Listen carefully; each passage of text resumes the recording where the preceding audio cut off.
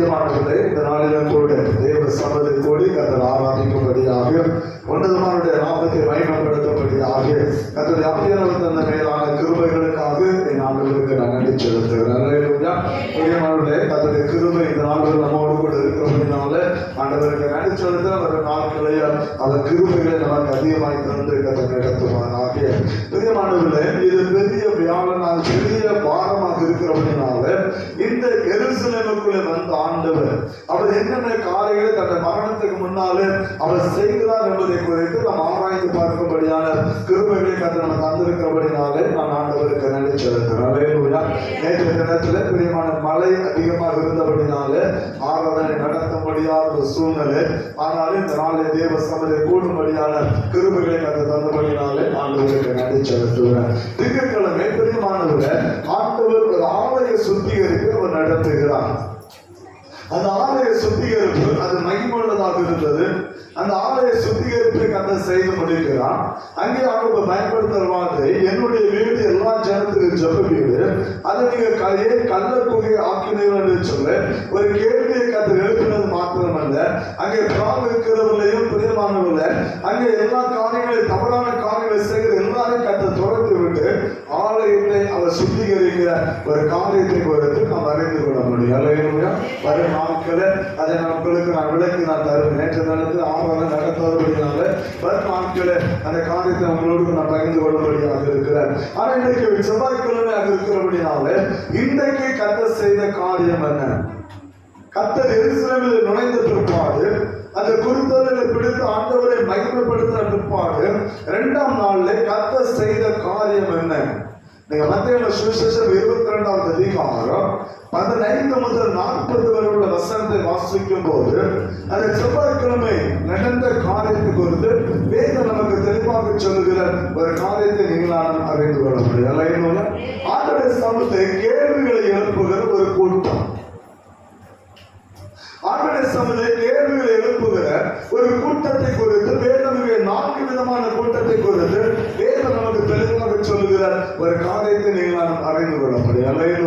முதலாவது கூட்டத்தை நாம் பார்ப்போம் என்று சொன்னால் பிரியமானவர்களே, மார்க் சுவிசேஷம் 11வது அதிகாரம், மார்க் 11வது அதிகாரம் 28வது வசனத்தை வாசிக்கும் போது முதலாவது ஒரு கூட்டம் ஆண்டவரை பார்த்து ஒரு கேள்வி எழுப்புகிறது. நீ எந்த அதிகாரத்தினாலே இவைகளை செய்கிறேன்? இவைகளை செய்கிறதற்கு அதிகாரத்தை உமக்கு கொடுத்தவர் யார் என்று ஆண்டுடைய சமூகத்தில் கேள்வி எழுப்புகிறார்கள். ஏன் ஆண்டுடைய சமூகத்தில் இந்த கேள்வி எழுப்புகிறது?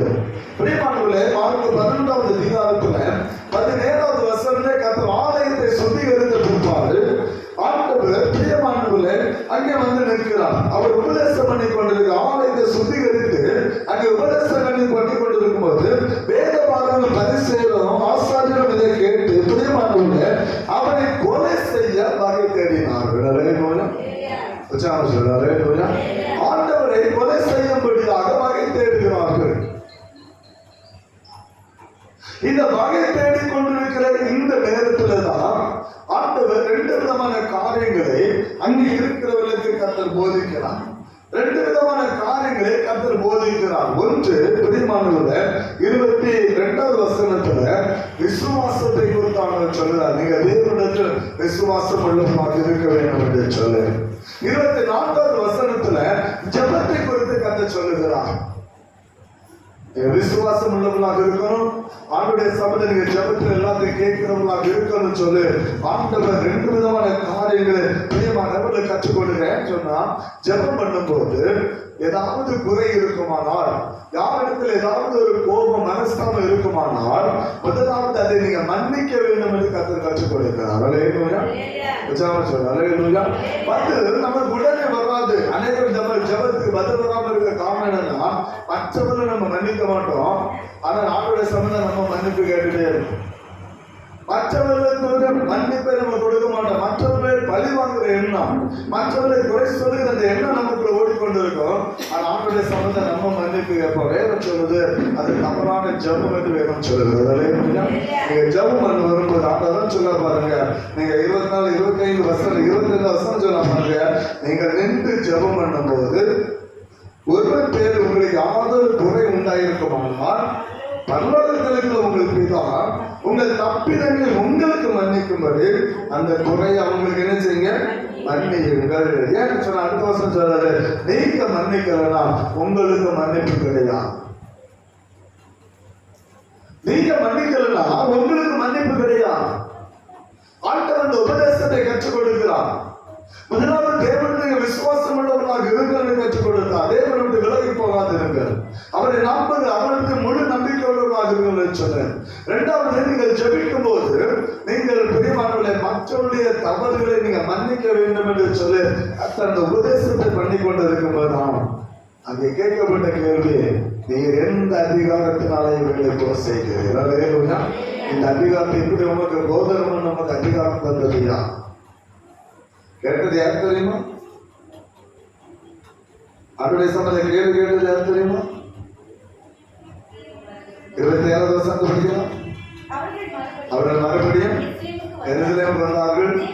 அவர் தேவாலயத்திலே வாழ்ந்து கொண்டிருக்கையில் பிரதான ஆசாரியர்கள், வேதபாரகர்கள், மூப்பர்கள் அவரிடத்தில் வந்து, எந்த அதிகாரத்தினால் இவரை செய்கிறேன்? இவரை செய்ய உனக்கு அதிகாரம் கொடுத்ததியா? சாதாரண மக்கள் கேட்கல, கேட்ட 3 பேரும் கத்திர ஊழியக்காரங்களே. ஊழியக்காரனும் லோக்கல் உத்தியோகஸ்தர், வேற யாரும் கேட்க. மூப்பர் யாரு?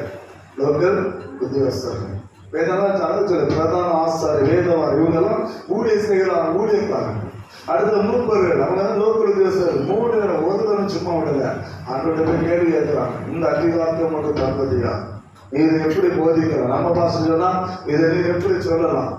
இதை உங்களுக்கு சொல்ல உங்களுக்கு அதிகாரம் கொடுத்ததையா? எப்படி இந்த வார்த்தையை பயன்படுத்தணும்? நம்ம பாச சொன்னா அதுதான். பைபிள் வந்து செந்தமிழ் எழுதப்பட்டு அப்படி சொல்லுது. அதுதான் சொல்றாரு. நான் ஒரு கேள்வி கேட்பேன், அந்த கேள்விக்கு பதில் தந்தா இது என்ன அதிகாரத்தினால நான் சொல்லுங்க பதில் நான் உங்களுக்கு தரேன். நான் ஒரு கேள்வி கேட்பேன், அந்த பதில் எனக்கு பதில் தரேன். அந்த கேள்விக்கு எனக்கு பதில் தந்தால் நான் என்ன அதிகாரத்தினால நான் செய்கிறேன் என்பதை நான் உங்களுக்கு கற்றுத்தருவேன் என்று கத்த சொல்லுகிறான். அவர் கேட்ட கேள்வி எனக்கு தெரியுமா? யோவான் கொடுத்த ஞானஸ்நானம் அது தேவனால் உண்டாயிட்டா, மனுஷனால் உண்டாயிட்டா? அங்கே ஒரு கேள்வி கேட்கிறார். 30வது வசனத்துல, யோவான் கொடுத்த ஸ்நானம் தேவனால் உண்டாயிட்டோ மனுஷனால் உண்டாயிட்டோ எனக்கு உத்தரவு சொல்லுங்க என்று சொல்ல அங்கே ஒரு கேள்வி எழுப்புகிறதை நான் பார்க்க மாட்டேன். பிரியமானவர்களே, இந்த கேள்வி எழுப்பும் போது அவர்களுக்குள்ளே 2 விதமான காரியம் எழும்புகிறது. ஒன்று, தேவனால் உண்டாயிற்று என்று நாம் சொன்னால் ஏன் தேவனை விசுவாசிக்கலன்னு சொல்லி கேட்பார். 34 வருஷம் சொன்னாங்க. அதற்கு அவர்கள் தேவனால் உண்டாயிற்று என்று சொல்லுமானால் ஏன் அவரை விசுவாசிக்கவில்லை என்று கேட்பார். மனுஷனால் உண்டாயிற்று என்று சொல்லுமானால் ஜனங்களுக்கு பயப்பட வேண்டியதா இருக்கு. ஆனால் எல்லாரும் யோவான மெய்யான தீர்க்கதரிசி எண்ணுகிறான் என்று சொல்லி தங்களுக்குள்ளே ஆலோசனை பண்ணி கொள்கிறார்கள். இவங்க எதற்காக கேள்வி கேட்கிறாங்க? எப்படியாவது ஆண்டவர் என்ன செய்யணும்? கொலை செய்ய வேண்டாம். இதுதான் அவங்க எண்ணம். ஆண்டவர் மேல் எப்படியாவது ஒரு குற்றத்தை கண்டுபிடிக்க வேண்டும் அவங்க நோக்கம். கேள்வி அந்த நோக்கம் அல்ல. எப்படியாவது ஆண்டவரை குற்றப்படுத்த வேண்டும் என்ற ஒரு நோக்கத்தோடு ஒரு கூட்ட ஜனம் ஆண்டவரை சுற்றி கொண்டிருக்கிறது. அதிலே பிரதான ஆசாரியரும் வேதவாரும் மூப்பரும் ஆண்டவரை சம்பந்தம் வந்து கேட்ட கேள்வி, நீ எந்த அதிகாரத்தை செய்கிறேன்? இந்த அதிகாரத்தை உனக்கு தந்தது யார்? இந்த கேள்வி எழுப்பும் போது ஆண்டவர் சொன்ன ஒரே பதில், நான் ஒரு கேள்வி கேட்கிறேன், அதுக்கு நீங்க பதில் தந்தா இது என்ன அதிகாரத்தை நான் செய்கிறேன் என்பதை அவங்களுக்கு சொல்லுவேன் கற்று சொன்னார். அப்பதான் அந்த ஒரு கேள்வி எழுப்புறாங்க. யோவான் கொடுத்த ஸ்நானம் அது தேவனால் உண்டாயிட்டா, மனுஷனால் உண்டாயிட்டா? இதுவரை அப்படி ஒரு ஸ்நானம் உலகத்தில் நடைபெறவே இல்லை. எப்படி ஒரு ஸ்நானம் இந்த உலகத்தில் அப்படி ஒரு ஸ்நானமே இல்லை. ஆனா இப்ப ஒரு கேள்வி எழும்புகிறது, யோவான் கொடுத்த ஸ்நானம் தேவனால் உண்டாயிட்டா, மனுஷனால் உண்டாயிட்டா? எல்லாம் தனியா போனாங்க, தனியா போய் யோசித்தாங்க. இது தேவனால் உண்டாயிட்டு என்று சொன்னால் ஏன் நீங்க ஆண்டவர் விசுவாசிகள் கேட்டார். மனுஷனால் உண்டாயிட்டுன்னு சொன்னா நம்ம யாருக்கு பயப்பட்டு இருக்கோம்? ஜனங்களுக்கு பயப்பட வேண்டியது. ஏன்னா ஜனங்கள் எல்லாரும் யோவானை எப்படி சொல்றாங்க? தீர்க்கதரிசி என்று சொல்லுகிறார்களே. 2 விதமான காரணம். இவங்க வந்த நோக்கம் வேற, கர்த்தருடைய எண்ணங்களை மாற்றுகிறது வித்தியாசமாக இருந்தது. அதே ஆண்டவரை குற்றப்படுத்தும்படியாக இருந்தாங்க. அநேக இடங்களை பார்க்கணும். ஒரு மனுஷனை குற்றப்படுத்தும் நினைச்சிட்டோம்னா அவன் தும்மனாலும் குற்றம் சொல்லுவோம், அவன் நின்றாலும் என்ன செய்வோம்? குறை சொல்லுவோம், அவன் உட்கார்ந்தாலும் என்ன செய்வோம்? குறை சொல்ல. ஏன்னா நம்ம நோக்கம் என்ன? அவனை எப்படியாவது என்ன செய்யணும்? குற்றப்படுத்த வேண்டும். இங்க அதே நோக்கம் தான். ஆண்டவரை குற்றப்படுத்த அவரை கொலை செய்ய வேண்டும். அவரை கொலை செய்வது இவர்களால் திட்டத்தை ஒரு வகை தேடி கொண்டிருக்கிறார்கள்.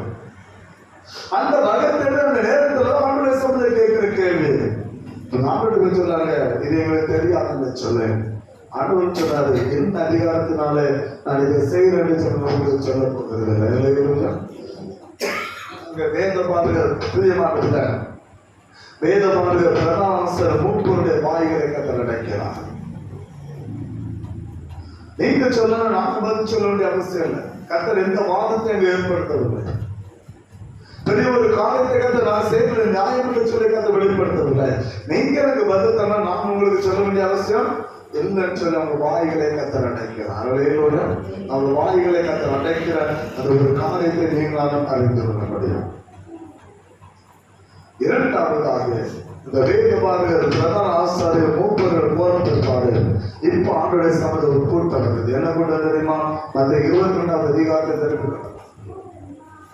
மத்திய 22வது அதிகாரம் 15 முதல் 22 வசனத்தை வாசிக்கும் போது ஒரு பரிசேய கூட்டம் வருகிறது.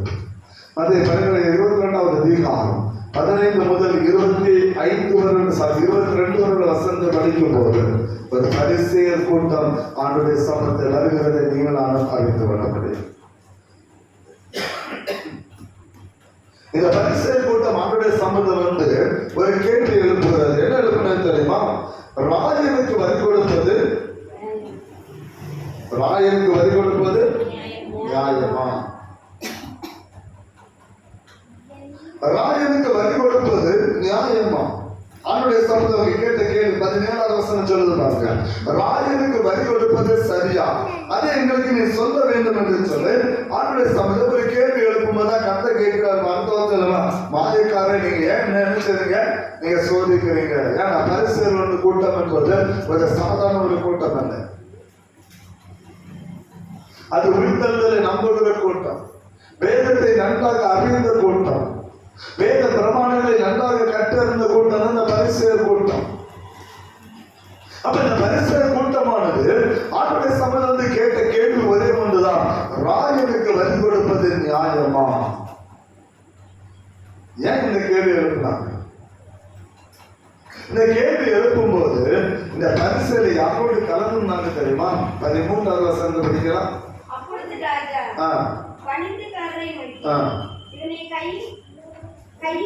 கட்டி கொண்டு போய் பக்கத்துக்கு உண்டாயிருக்கிற புறம்பான இருளை போடுங்கள் என்றார். புறம்பான இருளை போடுங்கள். அடுத்த வசனம். அந்தபடியே அழைக்கப்பட்டவர்கள் அநேகர் தெரிந்து கொள்ளப்பட்டவர்கள் சிலர். அது 16வது வசனம். தங்கள் சீஷரையும் ஏரோதியரையும் இப்ப பரிசேயரோடு சேர்ந்து யாரெல்லாம் வராங்க? ஏரோது ராஜாவுடைய அந்த அரண்மனையில் இருக்கக்கூடியவர் ஏரோதியர், ரோமருடைய ஆட்சிக்கு இருக்கக்கூடிய அந்த ஏரோதியர்கள் வராங்க. பரிசேயர் ஏரோதியர் கலந்து ஒரு கேள்வி எழுப்புகிறார்கள். ஏன் வரி என்கிற கேள்வி எழுப்புகிறது? வேதத்தை நாம் வாசிப்போம் என்று சொன்னால், ராஜனுக்கு என்று இயேசு சொன்னால் யூதர்கள் அவரை எதிர்ப்பார்கள். ஏன்னு சொன்னா அந்த நாட்கள்ல ரோமருடைய ஆட்சி நடைபெற்றுக் கொண்டிருந்தது. ரோமருடைய ஆட்சி காலத்துல பிரியமானவர்களே, இஸ்ரவேல் ஜனங்கள் மேல் வரி அதிகமாய் போடப்பட்டபடினால இஸ்ரவேல் ஜனங்கள் மிகவும் ஒடுக்கப்பட்டார்கள். அந்த வரி என்கிற நிலைமை அந்த இஸ்ரவேல் ஜனங்கள் திணிக்கப்பட்டது. எனவே அவர்கள் மிகவும் ஒடுக்கப்பட்ட, மிகவும் நெருக்கப்பட்ட நிலைமையில் இருந்தார்கள். நீங்க சகிதர் குறித்து பார்க்க முடியும். சகிது யார் தெரியுமா? யூதன்.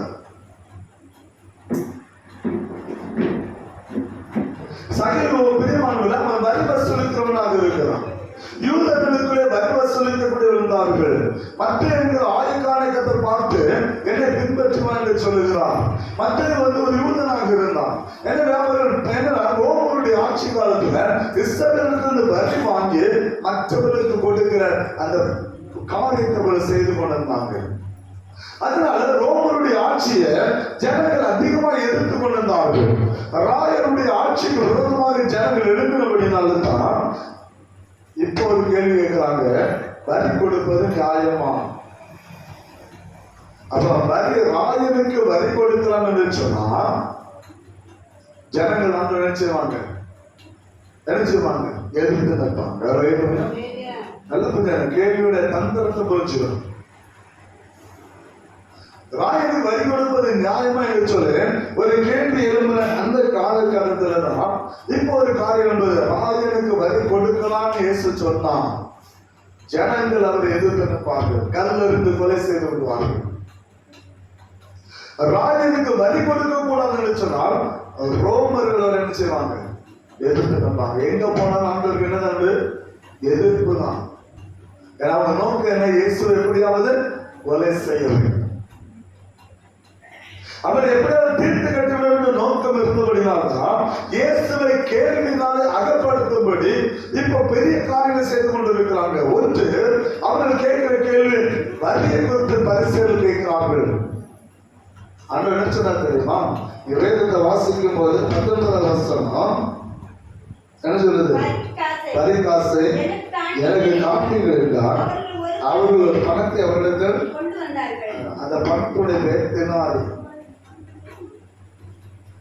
இயேசுடைய சமூகத்தை கொண்டு வந்த அந்த பணத்துடைய பேத்தினால் இந்த தினாதிய பணத்துல என்ன தெரியுமா, ஒரு பக்கம் ராஜ முத்திரை இருக்கும், மறுபக்கம் பணத்தினுடைய அந்த மதிப்பு எழுதப்பட்டிருக்கும். இன்னைக்கு நம்ம நாணயத்துல எப்படி ஒரு பக்கம் அசோக அந்த 3 சிங்கத்துடைய படமும் மற்ற இதுல நம்ம நாணயத்துடைய மதிப்பு நம்ம எப்படி வச்சிருக்கிறோமோ அதே போல அந்த ரோமனுடைய ஆட்சி காலத்துல அன்றைக்கு ராயனாக அந்த ரோமர் ஆட்சியுடைய எவன் ஆண்டு வந்தானோ அவனுடைய தலை அங்க பொறிக்கப்பட்டது. ஒரு பக்கம் அந்த நாணயத்துல மதிப்பு இருக்கு. எனவே தான் அந்த தினாரியம் என்கிற நாணயத்தை கொண்டு வந்து அவனுடைய கருத்தை ஒப்புக் கொடுத்தார்கள். ஒப்பு கொடுத்த உடனே ஆண்டவர் கேட்ட 20வது வசனத்தை கத்து கேட்கிறான், இந்த சொரூபமும் அதனுடைய மேல் எழுத்தும் யாருடையது என்று கேட்டார். இந்த சொரூபம் யாருடையது, அதோட மேல் எழுதப்பட்டிருக்கலாம், இதை எடுத்து யாருடையது என்று கேட்கிறான். அப்பதான் சொல்றாங்க ஜனங்கள் ராயனுடைய என்று சொல்லும் போது கத்த சொன்ன ஒரே ஒரு பதில், ராயனுக்கும் தேவனுக்கும் ஒரே வார்த்தை. அவருடைய வாயை கத்த அடைக்கிறார். ஒரே ஒரு வார்த்தை அவருடைய வாயிலை கத்தவர் அடைக்கிறார். ஒரே ஒரு வார்த்தை சொன்னார், தேவானுடைய அப்படியான ராயனுக்கும் தேவனுக்கு கொடுங்கள் என்று சொல்லு. ஆண்டவர் சொன்ன ஒரு வார்த்தை கேட்டு 24வது வசனம் சொல்றாங்க, அவர்கள் ஆச்சரியப்பட்டு அவரை விட்டு போய்விட்டார். அவரை குற்றம் கண்டுபிடிக்க முடியாது.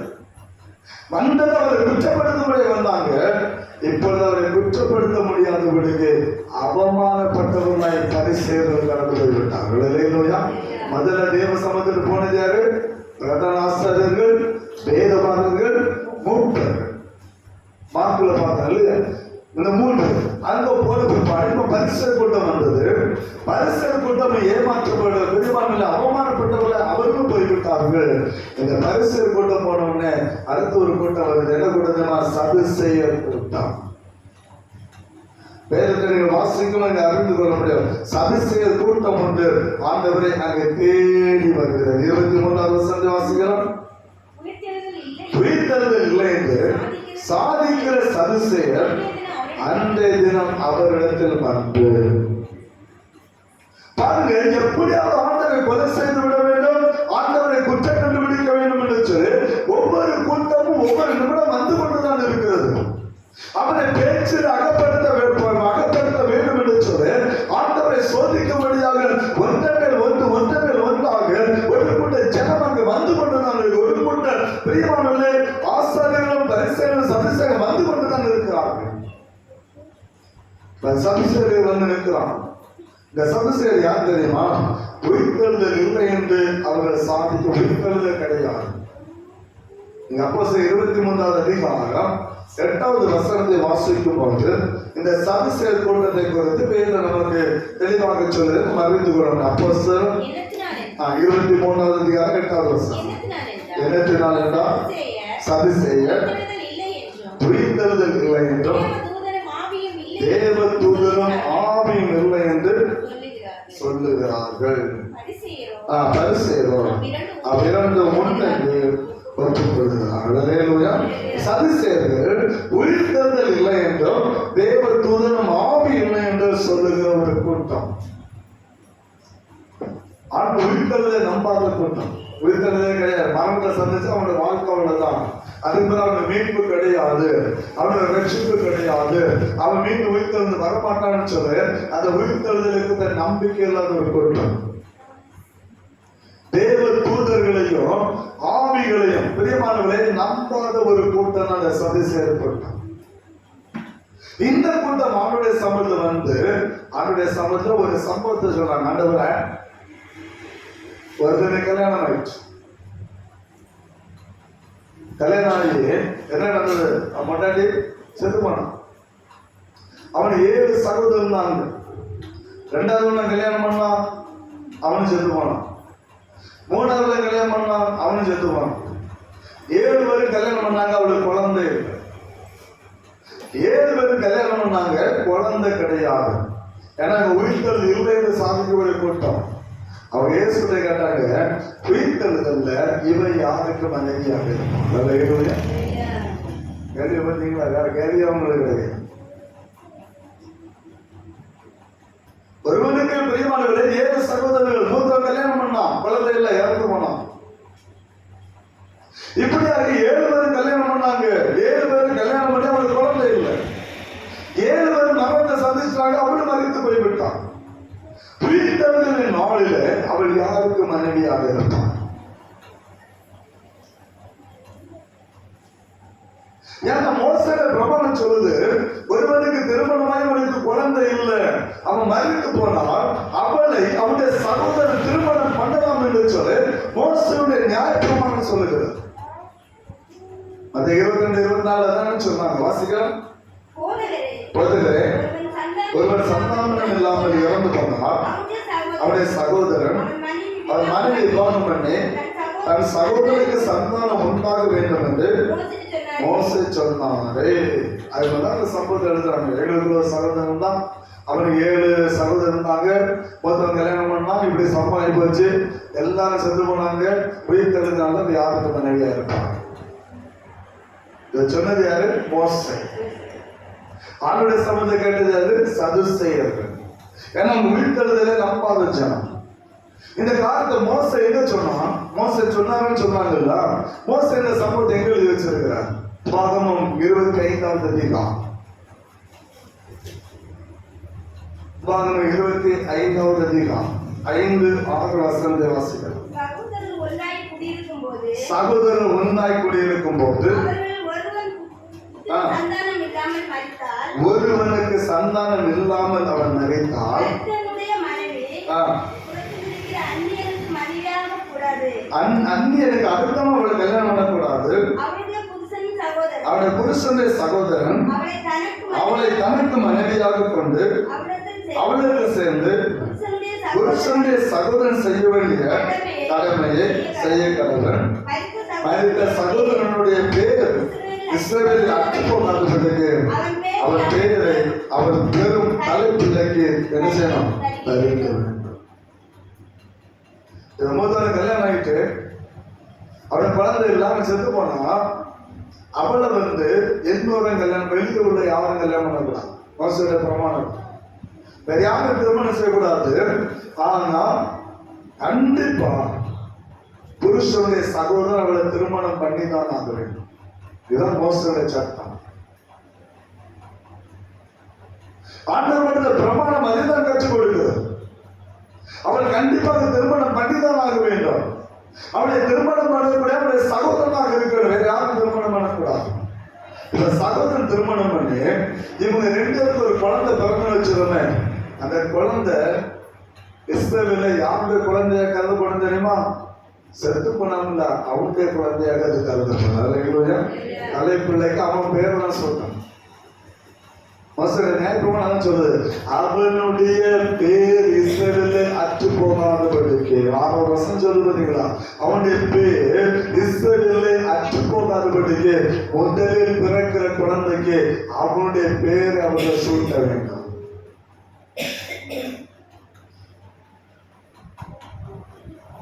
ஆனா இங்க 7 பேருக்கும் குழந்தை இல்லை. உயிர்த்தெழுதினாலே அவர் யாருக்கு புருஷனாய் இருப்பார் என்று சொல்ல ஆண்டுடைய சமூகத்தில் ஒரு கேள்வி எழுப்பும்போதுதான் கர்த்தர் அவர்களுக்கு நல்ல ஒரு பதிலை கற்றுக் கொடுக்கிறார். என்ன கொடுக்கிறார் தெரியுமா?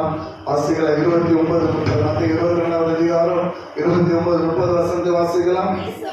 ஏசவர்களுக்கு விதமாக இந்த வேத வாக்கியங்களையும் தேவனுடைய வல்லமையும் அறியாமல் தப்பான எண்ணம் கொள்ளுகிறீர்கள். உயிர்த்தெழுதலை கொல்வனையும் கொடுப்பனையும் இல்லை. அவர்கள் பரலோகத்திலே எப்படி இருப்பாங்களா? தேவதூதரை போல் இருப்பார்கள். அவர்கள் தேவ ராஜ்யத்துல அவர்கள் தேவ தூதரை போல் இருப்பார்கள். பரலோக ராஜ்யத்தை பிரியமானவர்களே, புருஷன் மனைவி என்றும் அங்கே இல்லை. பரலோக ராஜ்யத்தை எல்லாரும் அவர்கள் தேவ தூதரை போல அவர்கள் இருப்பார்கள் என்று சொல்ல கர்த்தருடைய வேதம் நமக்கு தெளிவாக சொல்லுகிற ஒரு காரியத்தை நீங்கள் நாம் அறிந்து கொள்ள முடியும்.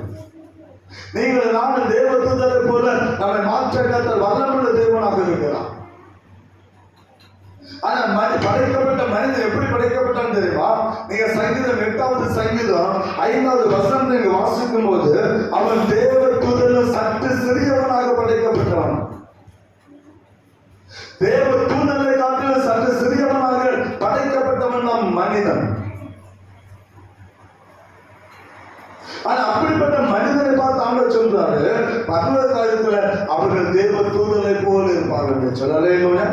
தேவ ராஜ்யத்துல வரும்போது அவர்கள் தேவ தூதரை போல் அவர்கள் இருப்பார்கள் என்று சொல்ல கர்த்தருடைய வேதம் நமக்கு தெளிவாக சொல்லுகிற ஒரு காரியத்தை நீங்கள் நாம் அறிந்து கொள்ள முடியும். லூக்கா 20வது அதிகாரம் 34, 35, 36 வசனத்தை வாசிக்கலாம். லூக்கா 20வது அதிகாரம் 34, 35, 36. இயேசு அவர்களுக்கு பிரயோஜனமாக இப்பிரபஞ்சத்தின் பிள்ளைகள் பெண் கொண்டு பெண் கொடுத்து வருகிறார்கள். மறுமையும் மரித்தோர்ந்து எழுந்திருக்கிறதையும் அடைய பாத்திரராக எண்ணப்படுகிறோங்களோ பெண் கொள்வதும் இல்லை, பெண் கொடுப்பதும் இல்லை. அவர்கள் இனி மறிக்க மாட்டார்கள். அவர்கள் வீட்டில் பிள்ளைகளாகப்படியால் தேவதூதருக்கு ஒப்பானவர்களுமாய் தேவனுடைய பிள்ளைகளுமாய் இருப்பார்கள். அருள ராஜ்யத்தில் ஆண்டவர் சொல்லுகிறார், இந்த பூலகத்தில் தான் பெண்ணை கொடுத்து பெண்ணை வாங்கி அவன் திருமண சட்டம் வாழ்ந்து கொண்டு இருக்கிறான். அருள ராஜா அப்படி இல்லை. அங்கே 2 காரியம். ஒன்று தேவ தூதனுக்கு ஒப்பாக இருப்போம். பிரியமானவர் 2வது தேவனுடைய பிள்ளைகளாக இருப்போம். ஆண்டவர் சொல்லுறாரு, அங்க அவன் யாருக்கும் மனைவி இருக்க மாட்டான். ஏன்னா பிரமாணம் இந்த உலகத்துக்குரியது. இந்த உலகத்திலே நீங்கள் வாழும்படியாக, நீங்கள் நானே கடைபிடிக்கும்படியாக, ஒரு ஆவிக்குரிய வாழ்க்கை வாழும்படியாக தேவனால் உங்களுக்கு எனக்கு கொடுக்கப்பட்டன பிரமாணம். பரலோகத்தில் இந்த பிரமாணம் ஒன்றுக்கும் உதவாது. எனவேதான் இயேசு நியாயப்பிரமாணத்தினுடைய முடிவா இருக்கிறார். நியாயப்பிரமாணத்தை முடிவுக்கிற கத்தை கொண்டு வருகிறார். ஏன்னா பரலோகத்துக்கு நியாயப்பிரமாணம் இல்லை. இந்த உலகத்தை வாழக்கூடிய ஜனங்களுக்கு இயேசுடைய காலத்துக்கு முன்னர் வாழ்ந்த ஜனங்களுக்கு தான் பிரமாணங்களை கத்த கொடுத்து சட்டத்திட்டங்களை கத்த கொடுத்து வைத்திருந்தார். என்னதான் சொன்னாரு? பரலோகத்துல யாரும் பெண் எடுக்க மாட்டாங்க, பெண் கொடுக்கவும் முடியாது. அங்க அப்படியெல்லாம் இல்லை. அவர்கள் தேவதூதருக்கு ஒப்பாக இருப்பார்கள். அவர்கள் தேவனுடைய பிள்ளைகளாக இருப்பார்கள். கர்த்தர் அப்படி சொல்லி அவருடைய வாய்களை கர்த்தர் அடைக்கிறது நீங்களும் நானும் அறிந்து கொள்ள முடியும். அதை 22வது அதிகாரத்தில் வரும்போது பிரியமானவர்கள் அவர்கள் கேட்ட கேள்விக்கு கர்த்தர் சரியான ஒரு பதிலை கற்றுக் கொடுத்து அவர்களை அனுப்புகிறதை நீங்களால் அறிந்து கொள்ள முடியும். 34வது வசனத்தை வேதம் சொல்கிறது, ஜனங்கள் அதை கேட்டு அவருடைய போதகத்தை குறித்து ஆச்சரியப்பட்டார்கள். 34வது வசனம், அவர் சதுசேயரை வாய் அடைத்தார் என்று பரிசேயர் கேள்விப்பட்டு அவரிடத்தில் கூடி வந்தார்கள். முதல்ல வாய் யாரும் சார், பரிசேயருடைய வாய் என்ன சார்? கர்த்தர் அடைச்சு போட்டார். ஏன்னா அவன் கேட்டது வரியை கொண்டு கேட்டான். கத்த சரியான பதிலை கொடுத்து அவனை வாய் அடைச்சார். இப்ப சதுசேர் கேள்வி கேட்கலாம். அந்த கேள்விக்கு சரியான பதிலை கொடுத்து கத்த சதுசேரும் வாயையும் கத்த அடைக்கிறான். அடைச்ச உடனே இந்த பரிசேரும் சதுசேரும் கூடி வராங்க. அவர்கள் ஆண்டவருடைய சபையில கூடி வந்து நிற்கிறாங்க. என்ன சம்பவிக்கிறது பார்க்கணும்னு சொல்லிட்டு இப்ப யாரும் இங்க வராது தெரியுமா? நியாய சாஸ்திரி ஒருவன் வருகிறான். இப்ப 5வது வருஷம் 4வது பார்த்தீங்கன்னா நியாய சாஸ்திரி ஒருவன் வருகிறான். அந்த என்ன கேட்டான்? 36வது வருஷத்துல வருகிறேன் நியாயப்பிரமாணத்துல எந்த கற்பனை பிரதானமானது என்று கேட்டான். நியாயப்பிரமாணத்துல எந்த கற்பனை அது பிரதானமானது? மொத்த நியாயப்பிரமாணம் எத்தனை தெரியுமா? மொத்த நியாயப்பிரமாணம் எத்தனை? ஏற்கனவே சொல்லி இருந்திருக்கேன். மொத்த நியாயப்பிரமாணங்கள் 600 சில்லறை. அந்த சில்லறை என்னன்னு சில்லறை அது சில்லறை என்ன? மொத்த 613. மொத்த எத்தனை? 613. நம்ம கடைபிடிக்க வேண்டிய கற்பனை 245. மறந்துடக்கூடாது, மைண்ட்ல இருக்கு. நம்ம கடைபிடிக்க வேண்டியது 245. சாரி 248. மறந்துடலாம். 248. நம்ம சரீரத்தில் மொத்தம் எத்தனை அவயவங்கள் உண்டு? 248 காரியங்கள் உண்டு. அதை படிக்கணும். கத்தரை சும்மா இருக்கு. கத்தரை சில காரியங்களை வச்சிருக்கலாம். 248 கற்பனை நீங்கள் நான் கடைபிடிக்க வேண்டிய கற்பனை. நமக்கு தெரிஞ்சது 10 கட்டளை மட்டும்தான். நமக்கு தெரிஞ்சது 10 கட்டளை மட்டும்தான். 613 கற்பனை உண்டு. மோசை சும்மா 40 மேலே இருக்குது. நியாயப்பிரமாணத்தோட கற்பனை வாங்கிட்டு 613 நியாயப்பிரமாணம் 10 கட்டளை வந்து பிரதானமான கட்டளை. அப்ப அதுல செய்ய வேண்டிய காரியம் 248. செய்யக்கூடாதது 365 கற்பனை. செய்யக்கூடாததுல 300 ஒரு வருஷத்துக்கு எத்தனை நாள் உண்டு? 365 நாளுக்கு 365 கற்பனை செய்யக்கூடாது. அப்போ ஒவ்வொரு நாளும் ஒவ்வொன்றை விட்டுட்டே வந்தா ஒரு வருஷத்துல செய்யக்கூடாத எல்லா காரணமே செய்யணும். நம்ம விட்டுருவோம். அதே ஆனா நம்மளால முடியவே முடியாது. எதை செய்யக்கூடாதுன்னு சொல்லிட்டு போறோமோ பயிரை விட்டு வெளியே போனா அதான் செய்துட்டு இருக்கோம். பயிரை நல்ல தீர்மானம் பண்ணுவோம். அழகா ஜோமன் ஆண்டவரை இந்த காரணத்தை செய்யக்கூடாது, இதை நான் இது செய்யக்கூடாது, இன்றைக்கு நான் தீர்மானம் எடுக்கிறேன். பயிரை விட்டு வெளியே போயிட்ட தீர்மானம் எல்லாம் அது உண்டு.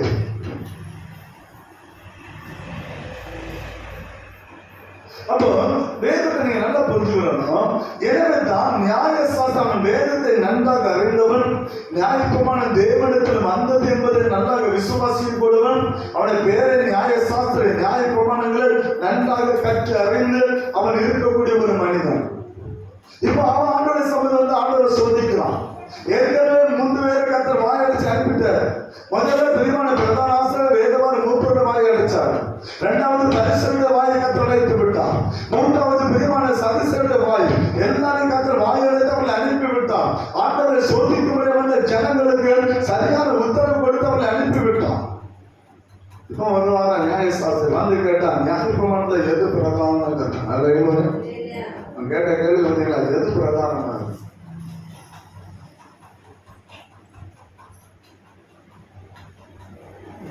இயேசு ஒரே காரியத்தை சொன்னார். ஆனா அந்த 2 கற்பனையா சொன்னார். இயேசு ஒரே காரியத்தை சொன்னாரு. பிரமாணங்களே பிரதானமானது அன்பு மாத்திரம். பிரமாணங்களே மேன்மையானது அன்பு. கற்பனை விட மேன்மையானது அன்பு. இந்த 618 கற்பனையை விட 613 கற்பனையை விட மேன்மையானது அன்பு. கட்டளை வெளிப்படுத்துகிற வாசிவன் 37 நீங்க 40 வசனத்தை படிக்கும்போது 2 கற்பனை சொன்னார். ஒன்று, உன் முழு இதயத்தோடு, முழு ஆத்மாவோடு, முழு மனதோடு உன் தேவனாய் கர்த்தருக்கு அன்பு கூறு. இது முதல் கற்பனை. 2வது சொல்றாரு, அந்த முதல் கற்பனைக்கு ஒப்பான அதற்கு சமமான அடுத்த கற்பனை என்னன்னா, ஒன்ன நீ நேசிக்கல அப்படிதான் நினைச்சே. இந்த 2 காரியத்தை நியாயப்பிரமாணம் முழுமையும் அடங்கி இருக்கிறது. அப்படி எழுது 2 கற்பனை மட்டும் கடைபிடிச்சா போதும். அன்பு மட்டும் நான் போதும். என்ன அன்பு? முதல்ல ஆண்டவரை நேசி, 2வது மற்றவரை நேசி. அலையில புஜாவை சொல்ல அலையில யாரை ஒதுக்காது. ஆண்டவரை நேசி, அடுத்த மற்றவரை நேசி. இந்த 2 கற்பனை பிரதான கற்பனைன்னு சொல்ல கர்த்தர் சொல்லி அனுப்புகிறார். இந்த 2 கற்பனை கர்த்தர் சொன்னதா? இந்த 2 கற்பனை ஏசி சொல்றாரு இல்லையா? இது புதுசு அல்ல, ஏற்கனவே எழுதப்பட்ட கற்பனை தான் பண்ணுவார். ஏற்கனவே இந்த பழைய ஏற்பாட்டில் எழுதப்பட்டு இருக்கிறது. எங்க எழுதப்பட்டிருக்கிறது? உபாகமத்தின் புஸ்தகத்தை திருப்பிக் கொள்ளலாம். உபாகமம் 6வது அதிகாரம்,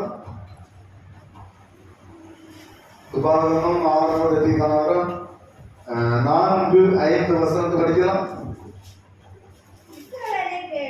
இஸ்ரவேலே கேள்,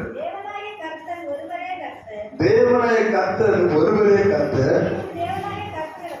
நீ உன் தேவனாய கர்த்தரிடத்தில் முழு இதயத்தோடும் முழு ஆத்மாவோடும் முழு மனதோடும். அந்த கற்பனை முதல் கற்பனை என்ன? தேவனாய கர்த்தரிடத்தில் முழு இதயத்தோடும் முழு ஆத்மாவோடும் முழு மனதோடும். எங்க இருக்கு? மத்திய 22 படிச்சோம் இல்லையா? மத்திய 22 முதல் கற்பனை அதுதான். உன் தேவனாய கர்த்தரை முழு இதயத்தோடும் முழு ஆத்மாவோடும் முழு மனதோடும். அது எங்க இருக்குது? உபாகமம் 6வது அதிகாரம் 4-5 ஆகிய 2 வசனத்தை கர்த்தர் எடுத்து அங்கு பேசுகிறார். இவர்களுடைய சொந்தத்தில் பேசல. ஏற்கனவே தேவன் இஸ்ரவேல் ஜனங்களுக்கு கற்றுக் கொடுத்த அந்த காரியத்தை கர்த்தர் வெளிப்படுத்துகிறார். 2வது என்ன சொல்லுது? முன்னிடத்தில் அன்பு கூறுவது போல எங்க இருக்குது? லேவியராகமம் 19வது அதிகாரம், லேவியராகமம் 19வது அதிகாரம் 18வது வசனத்தை படிக்கலாம். படிக்கப்படி வாங்காமலும் உன் ஜனபுத்திரர் மேல் பொறாமை கொள்ளாமலும் உன்னில் நீ அன்பு கூறுவது போல உன்னிடத்தில் அன்பு கூறுவது போல அன்பு கூறுவாயாக நான் கர்த்தர். அல்லேலூயா. ஆண்டவர் ஏற்கனவே சொல்லி வச்சிருக்கிறார். இந்த 2 கற்பனை இயேசுவால் உருவாக்கப்படல, ஏற்கனவே தேவன் கொடுத்த கற்பனை. அதை அவனுக்கு கற்றுக் கொடுக்கிறார். அல்லேலூயா. ஆண்டவர் நேசி, அதே போல பிறனை நேசி. நியாய சாஸ்திரோட மாயை கர்த்தர் அடைத்து அனுப்புகிறார். கிறிஸ்துவுக்கு பிரியமானவர்களே, இன்னைக்கு கர்த்தர் சொன்ன அந்த காரியத்தை நாம் கடைபிடிக்கிற பிள்ளைகளாக இருக்கிறோம், அல்லது ஆண்டவரை நாம் சோதிக்கிற பிள்ளைகளாக இருக்கிறோம். சின்ன ஒரு காரியம், சின்ன ஒரு சம்பவம் நடந்தால் நம்ம ஆண்டவருக்கு 1000 கேள்விகள் நம்ம எழுப்புகிறோம். ஆண்டவர் ஏன் எனக்கு இந்த நிலைமை, ஏன் இப்படிப்பட்டதான காரியம்? ஆண்டவரை கேள்வி கேட்கக்கூடிய அளவுக்கு நாம் துணிகரமாய் நாம் செயல்பட்டு கொண்டிருக்கிறோம்.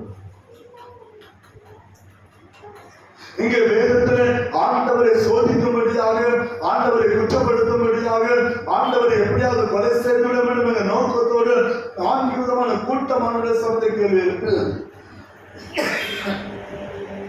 அந்த 4 கூட்டத்தில் மாயை கர்த்தர் அழைத்தார். அல்லேலூயா. அவர்கள் என்ன செய்ய வேண்டும் என்பதை கர்த்தர் கற்றுக் கொடுத்தார்.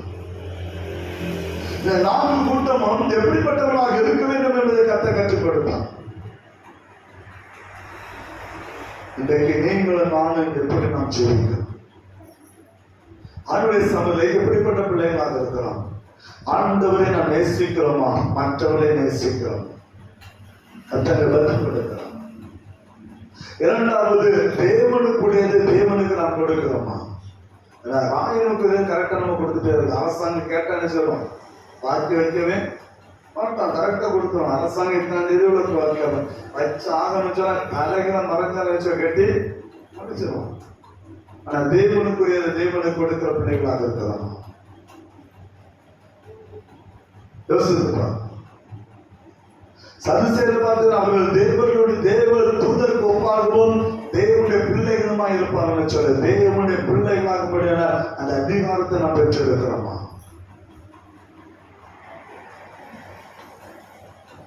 நம்முடைய ஆவிக்குரிய வாழ்க்கையை கற்றுக் யோசித்து பார்க்கிறோம். கடைசியாக கற்றுக் கொடுக்கிற ஒரு உபதேசம் அதுதான். இனி கத்தவர்களுக்கு இப்படிதான் உபதேசத்தை பண்ண போவதில்லை. கடைசியாக கத்தவர்களுக்கு கற்றுக் கொடுங்க. அவர்கள் செய்ய வேண்டிய காரியம் எங்கே தவறு இருக்கிறார்கள். ஆண்டவர் நீங்க தப்பான எண்ணம் கொண்டிருக்கீங்க, நியாயப்பிரமாணத்தை தவறா படிக்கிறீங்க, எல்லாத்தையும் வேத வாக்கியங்களை தவறா நீங்க எண்ணிட்டு இருக்கீங்க. வேத வாக்கியம் அப்படி இல்லை இப்படி என்று சொல்ல கர்த்தர்களுக்கு விளக்கம் கொடுக்கிறார். இன்னைக்கு அவர் ஆராதிக்கிற நீங்கள் நான் எப்படிப்பட்டவர்களாக கர்த்தருக்கு செய்கிற பிள்ளைகளாக இருக்கிறோமா, அல்லது கர்த்தர் கற்றுக் கொடுத்த 2 பிரமாணங்கள், அந்த 2 பிரமாணத்தை நாம் கடைபிடிக்கிற பிள்ளைகளாக இருக்கிறோமா? யோசித்து பார்க்கிறேன். தேவ சபையில் கூடி வந்த தேவ ஜனம், இன்றைக்கு நீங்கள் நான் எப்படிப்பட்ட ஒரு வாழ்க்கை வாழ்ந்து கொண்டிருக்கிறோம்? நம்முடைய ஆவிக்கிற வாழ்க்கையோட முன்னேற்றம் என்ன? நம்முடைய ஆவிக்கிற வாழ்க்கையில அடுத்த படி என்ன? இந்த பரிசேரை போல, சதுசேரை போல, இந்த நியாய சாஸ்திரை போல, இந்த வேதபாரகர் பிரியமானவர்கள பிரதான ஆசிரியர் மூப்பர்களை போல கேள்விகளை கேட்டு நம்ம அப்படியே இருக்கிறோமா, அல்லது தேவனுக்கு சேவையை பார்த்து நம்ம செய்து கொண்டிருக்கிறோமா? இவர்களால் தேவ சபையை கேள்வி எழுப்பி தங்களை நியாயாதிபதிகளாக தாங்கள் நியாயம் செய்கிறவர்களாக காண்பிக்கும்படியான இந்த காரியத்தை செய்தார்கள். எல்லாமே நாங்கள் மாத்திரமே என்கிற ஒரு எண்ணம் அவர்களுக்குள்ள உருவானது. ஆனா ஜனங்கள் நடுவுல கர்த்தர் எல்லாருடைய வாய்களை கர்த்தர் அடைத்தாங்க. நாளையா நம்ம எப்படி இருக்கும்? கர்த்தருக்குரிய காரியங்கள் நம்ம எப்படி இருக்கும்? நம்முடைய ஆவிக்குரிய காரியங்களை நம்ம எந்த அளவுக்கு நம்ம முன்னேறி இருக்கோம்? யோசித்து பார்க்கிற கர்த்தருடைய பாடு மரணங்களை நம்ம தியானிக்கிற காலம் அல்லவா? அவருடைய பாடு மரணங்களை நம்ம தியானிக்கிற அந்த நாட்கள்ல நாம் எப்படிப்பட்ட ஒரு வாழ்க்கை வாழ்ந்து வந்திருக்கிறோம்?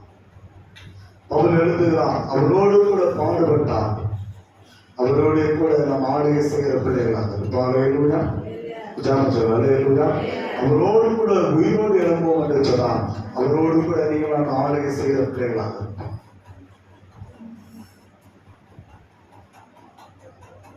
நம்முடைய வாழ்க்கை எப்படி, நம்முடைய ஜீவன் எப்படிப்பட்டதாக இருக்கிறோம்? ஆண்டவர் நம்மை சோதித்து அறிவார் என்று சொன்னார். இன்றைக்கு கர்த்தர் நம்மை விடப்பட்டு பார்ப்பார் என்று சொன்னார். கர்த்தருடைய கண்களுக்கு முன்பாக இன்றைக்கு நம்ம ஒரு நீதியுள்ள வாழ்க்கை வாழ்ந்து கொண்டு இருக்கிறோமா? கர்த்தருக்கு பிரியமான ஒரு வாழ்க்கை இன்றைக்கு நாம் வாழ்ந்து கொண்டு இருக்கிறோம். யோசித்து பாருங்க.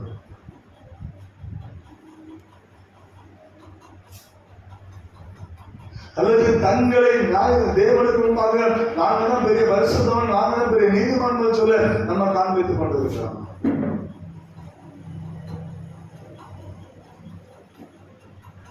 ஆண்டவராய் இயேசுவே தன்னை முற்றிலுமாக தாழ்த்தினார். அவரே தன்னை முற்றிலுமாக தாழ்த்தினார். எங்கே அவர் பெருமை பாராட்டார்.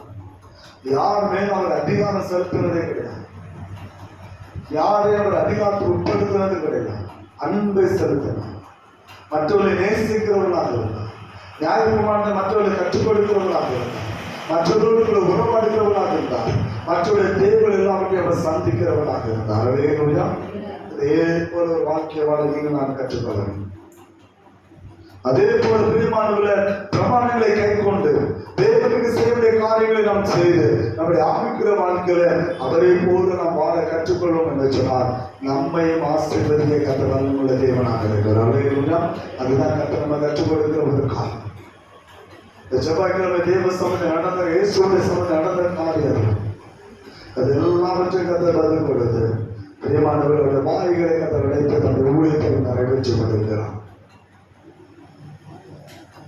நாம் அவர் ஆராதிக்கிறனா, அவர் செய்த காரியங்களை தியானிக்கிறனா, அவர் எதை கற்றுக் கொடுத்தாரோ அதன்படி நாம் வாழ கற்றுக்கொள்ளும் போது அவர் நம்மை ஆசீர்வதிக்க விரும்புகிறார். அவர் நம்முடைய கிருபைகளுக்காக விரும்புகிறார். கடைசி வாழ்க்கை, கடைசி உபதேசம் கர்த்தரை செய்யுங்கள் என்று சொன்னார். அவர் இதை செய்யுங்கள், இப்படிப்பட்ட காரியங்களை செய்ய கற்றுக்கொண்டு நாங்கள் சொன்னார். பிரதான கற்பனை அவனுக்கு நியாயசாஸ்திரத்தை கற்றுக் கொடுத்தார். பிரதான கற்பனை எதுதான்ப்பா? 613 கற்பனை பிரதான கற்பனை இந்த 2 தான்ப்பா. இந்த 2க்குள்ள நியாயப்பிரமாணம் முழுமை அடங்கி இருக்கிறது. இந்த 2 கற்பனை நாம் கைக்கொள்ளுகிற பிள்ளைகளாக இருக்கிறோம். ஒரு விசாரணை சோதித்து பார்க்கிறேன். அந்த 2 கற்பனை கைக்கொள்ளுகிற பிள்ளைகளாக இருக்கிறோம். அந்த கற்பனை கற்பனை கற்றுக் கொடுத்த கற்பனை நாம் செய்கிற பிள்ளைகளாக இருக்கிறோம். ஏன்னா மத மக்களுக்கு கர்த்தர் சொன்னாரு, நீங்க யாருக்கு மன்னிக்கிறீங்களோ அவர்களை நான் மன்னிப்பேன். யாரு நீங்க மன்னிக்கிறவங்க நானும் மன்னியாது இருப்பேன். அதான் கர்த்தருடைய வார்த்தை. அந்த வார்த்தை நான் நிறைவேற்றேன். கர்த்தருடைய வார்த்தைப்படி வாழ்வோம் என்று சொன்னார். அவர் நம்மை ஆசீர்வதித்து நடத்துவது மட்டுமல்ல, கடைசியாக முடிக்கும் தேவ ராஜ்யத்துல அது கொள்வனை கொடுப்பனையும் அல்ல, நீங்கள் நான் தேவத்துக்கு ஒப்பாகுவோம், தேவனுடைய பிள்ளைக்கு ஒப்பாகவும் நம்ம இருப்போம். அல்லேலூயா. அப்படிப்பட்ட அந்த பாக்கியத்தை கர்த்தர் நமக்கு தரும்படிதான் அவருடைய சபையை அர்ப்பணித்து கடந்து செல்லமா கர்த்தர் அவரை ஆசீர்வதித்து நடத்துவாராக. ஆமென். ஜெபம் செய்வோம்.